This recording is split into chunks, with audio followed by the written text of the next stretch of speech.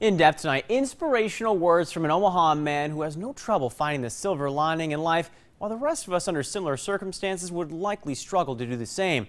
Brian Massey reports on why this weekend is so important.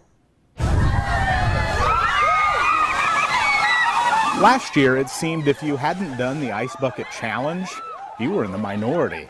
From the former governor to a bunch of Metro mayors, all survived the cold water dumped on their heads in the name of ALS. I tell everybody that ALS is a curse and a blessing. And they look at me dumbfounded and say, well, how can it be that? And I'm like, well, it's a curse, because my body's deteriorating.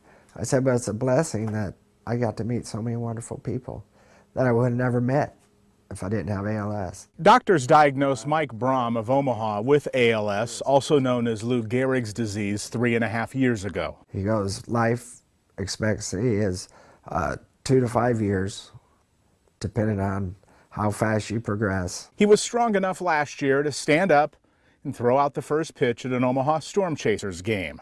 He couldn't do that today. My head, I can talk. I can kind of wiggle my fingers and stuff. I can't lift my hands. I can move my legs, but I can't lift them. I can't walk. Can't feed myself. Nice to meet you. For the last year, he's been practicing with the computer. His eye works as the cursor. A blink acts like the click of a mouse. Mike Braum is preparing for the day when he can no longer talk. You don't have a survivor. There's not really a survivor of ALS.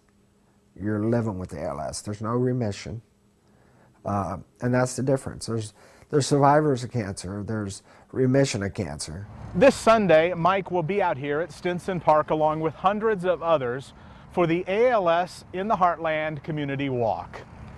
He understands that time isn't on his side. I need a drink. Beyond the Ice Bucket Challenge publicity, Mike Braum is determined to keep the story of ALS and the fight for survival top of mind. For research, for his peace of mind.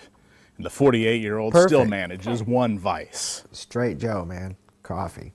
Keeps me going. Is that what, coffee? Oh, yeah.